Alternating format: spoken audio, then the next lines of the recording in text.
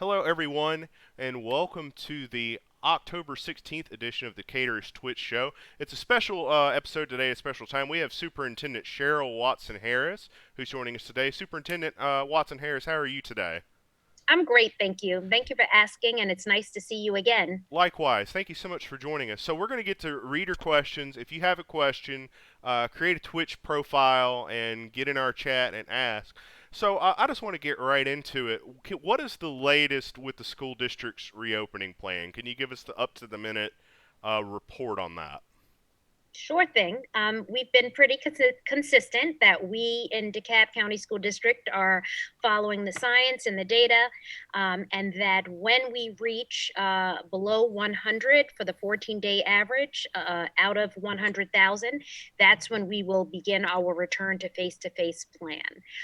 The latest on that is that we will be, as we promised initially, we will be revisiting the plan with the board at our board meeting on October 19th.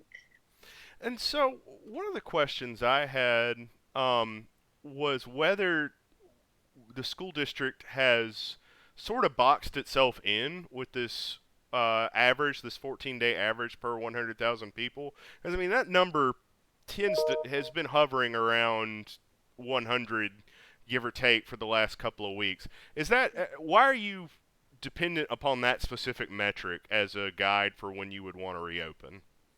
No, I appreciate the question. I'd like to start with the first part about whether we've boxed ourselves in. Absolutely not. I mean, these are not decisions that are being made lightly. We're listening to all of our constituents on either side of, or in the middle, in terms of what they want to see happen.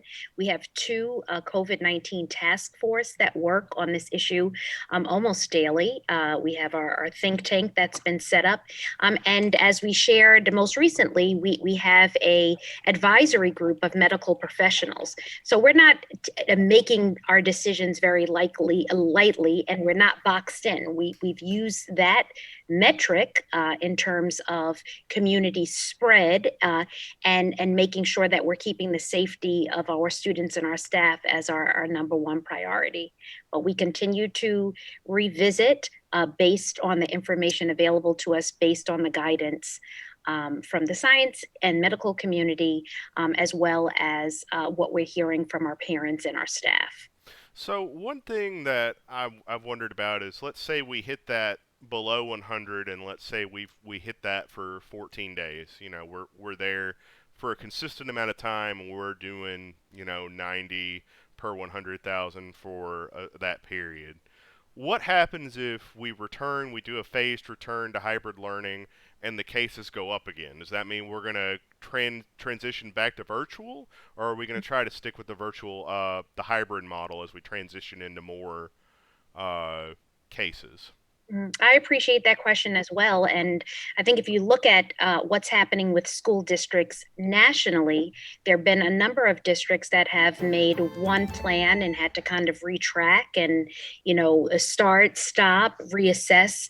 Our goal was to make sure that we're going slow so we can go fast, that we are, returning when it is safe and it appears as though there will be a continued decline in numbers.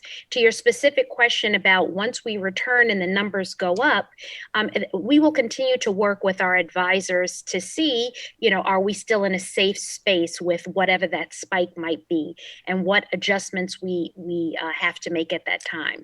But as the leader of our school system, in collaboration with all of our stakeholders, I don't want us to be in a yo-yo effect, if you will. I want us to continue to move onward and upward and do so very thoughtfully, systematically, and again, with the safety of our students and staff top of mind. So, question from a reader: are you consulting with the surrounding school districts that have opened for face-to-face learning?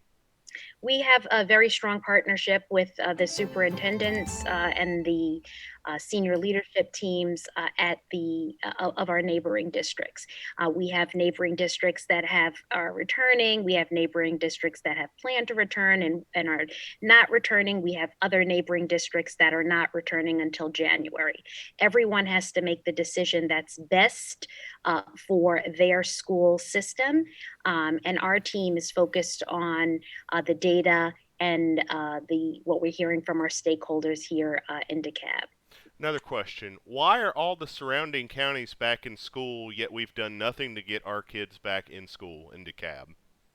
I would ask the reader to just check, or the person who put in the question regarding whether or not all of the school systems are back. But again, every superintendent and leadership team have to make the decisions that are best for their context. And again, our positions are guided by our task force, our think tank, as well as the information that we've received via surveys and other opportunities to engage with our full and very diverse, beautifully diverse DeKalb County School District. Another question. At my daughter's small school, I've heard that 5 teachers are seriously considering going out on leave rather than returning to face to face. Since substitutes are so hard to find, I'm afraid my daughter will have 3 classes without teachers, and these are very specialized subjects. I know this is happening at other schools too. What will you do? Can teachers continue teaching from home? Remote learning is working well for us. Well, that's great to hear. Yes, we had a fabulous town hall a few days ago, which was an excellent opportunity for all teachers, whoever wanted to log on to a live Teams meeting to ask their specific questions. We have human resources specialists that are working with individual teachers on their individual situation.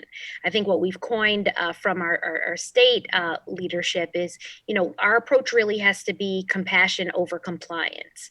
We have, of course, certain policies in place, but we have wonderful teachers who all have unique situations, and we're trying to work with everyone to ensure that as many of our teachers as possible are able to either return to face or to teach virtually. So I can't speak to that specific situation that the comment came from, but please rest assured that we don't want to just return to school and not have it be a high quality experience for our scholars. I'm happy in this case the parent feels virtual instruction is going well.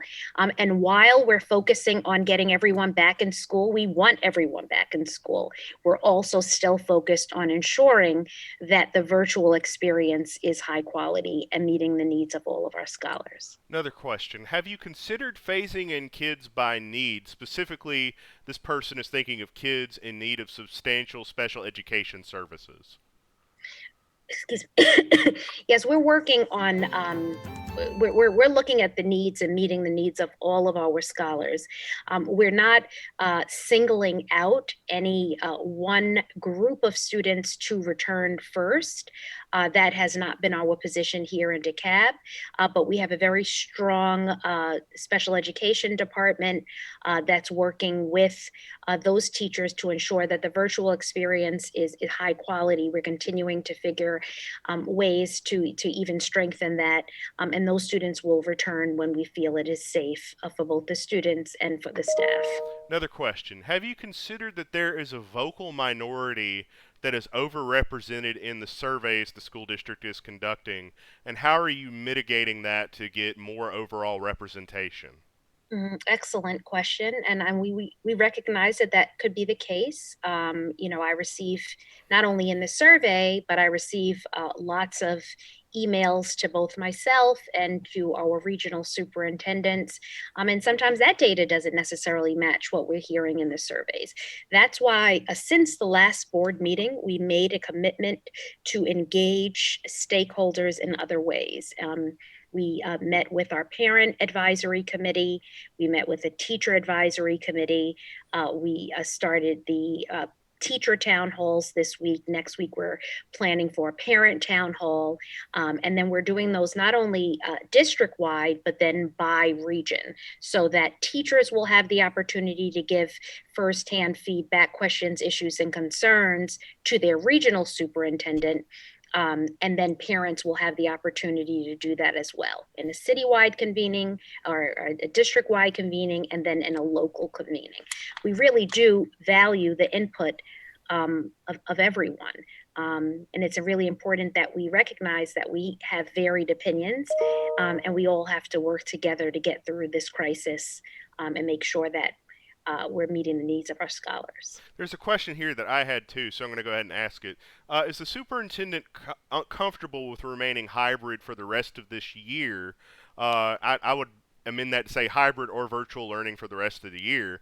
The metric of cases per 100,000 to return 5 days is unattainable. And I think that gets at something I was wondering too. What if we never hit this metric that we're trying to hit? How long are we going to do virtual learning in that environment? Mm-hmm.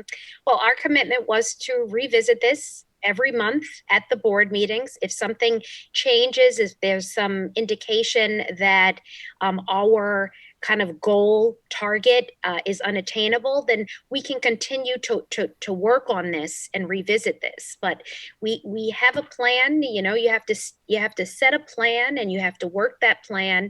But what is really important for me that our parents and your listeners and you know is that we're not just sitting around and waiting to hit that number. We're continuing to get our buildings ready, get all of our PPE in place, make sure that the necessary technologies are in the classroom so that once teachers come back, they're able to teach the students who have elected a face-to-face or our students who are teaching virtually. There are a lot of things that we have to do to ensure that this is going to be as smooth as possible. And so we're working on that while we're also focusing right now on our virtual instruction. Another question. What will happen in a school with failing HVAC units? This is an airborne virus. Poor air circulation will spread the virus. Mm-hmm. I appreciate that question, and I know that that is top of mind for many of our parents as well as our teachers. We're working very closely with our operations division to ensure that any space where staff or students will be, it has the adequate ventilation, the filter changes, etc. So that's part of the work that our ops team is engaged in right now. Another Last question. question, Dan. Last Okay, well, we question. got time for one more question. Last question. Instruction time is significantly less in the virtual setting. Standardized testing is taking up some of this time. Can we move all testing to Wednesdays? That's a great suggestion. I will go back to our CAO's team, our Chief Academic Officer's team, and discuss the feasibility of that. Just so you know, the testing that's happening right now is the testing for us to assess any loss of learning during this time.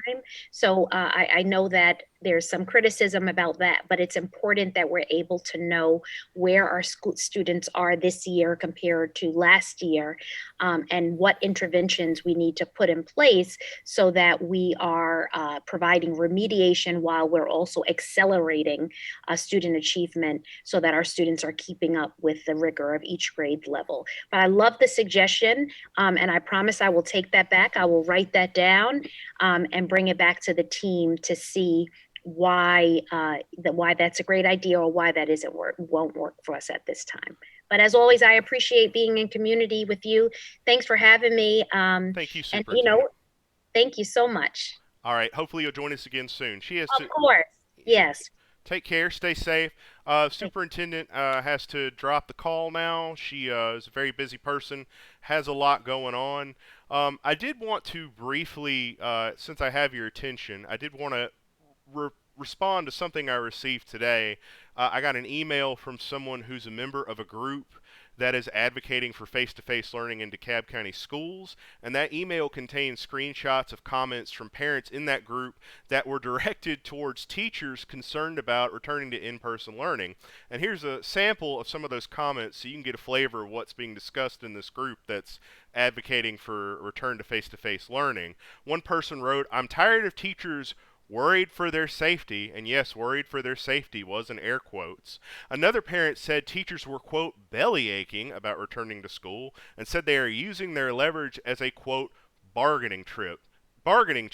Another parent said it is and has never been about the virus. And still another parent complained that teachers are making a full salary while they're teaching virtually. These parents somehow think that the teachers are working less because they're teaching from home. These are the same parents who have bought billboards all around the county demanding that teachers return to full-time in-person learning as quickly as possible. And I'd like to speak to those parents directly. I am the son of a public school teacher who taught in 2 different school systems for more than 30 years, and most of the parents in this group have absolutely no clue what goes on in a classroom or what it takes to teach students. The teachers that I know in DeKalb County are working their tails off trying to create a productive virtual learning environment for your children. Some have children of their own who are learning virtually while they are teaching other people's children. These teachers are not lazy. They're working harder than they've ever worked in their lives. Their concerns about their safety are not belly aching. These teachers have every right to be concerned about their safety. They are not cannon fodder, and they're not babysitters for your children. When you had children, you accepted that there would be tough times in your journey as a parent. Well, ladies and gentlemen, this is one of those times. You aren't the only people who are sacrificing right now. All of us are paying a price for the incompetence of our state and federal leadership. The teachers are not the problem. They are not the enemy. This crisis happened because our state and federal leaders failed us. They failed to take the virus seriously, and they prioritized short-term gains over a long-term strategy. If you want to blame somebody for what's happening, you need to take it higher up the food chain. And if you think teachers' opinions don't matter when it comes to returning to school, you need to get real.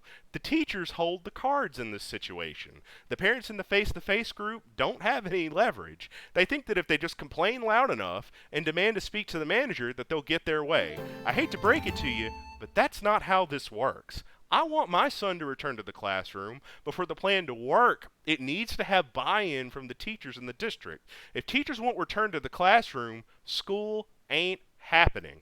Period. Indeed, there are teachers who are quitting right now, taking years of experience out the door with them. They have no incentive to put their health and safety on the line for people who think their concerns are, quote, belly aching. Parents advocating for face-to-face education, if you want to do something productive, direct your complaints to the people who actually have the power to get us out of this mess. Demand a statewide and federal mask mandate. Advocate for a 6-week lockdown to break the cycle of infections. And push for aggressive testing and contact tracing. Literally anything else would be more productive than blaming teachers. This crisis is not their fault, and you have no right to blame teachers for it. None. You need to get over yourselves. And instead of buying expensive billboards all over town, why don't you take some of that money and buy the teachers you want to send back to the classroom some PPE? All right, well, that's my little rant for today. I want to thank you all for watching. If you had questions that the superintendent didn't get to, I'm going to write those questions down, and I'm going to send them to her, and we'll get those answers. We'll post them on the Facebook page or somewhere so you can get answers to those questions. We are going to be back on Wednesday at 6 o'clock. I do not know who the guest will be. Our format is going to change a little bit. We're going to do the shows just on Wednesdays now, and we're going to have spaces open if we need to do a special broadcast like the one we did today. So, with that said, thank you all for watching. I'm sorry we didn't get to all your questions at this time, but we will take some of those questions and we will give them to the superintendent. I hope you all have a wonderful weekend, and we're going to talk to you next Wednesday at 6 o'clock. Bye-bye, everybody.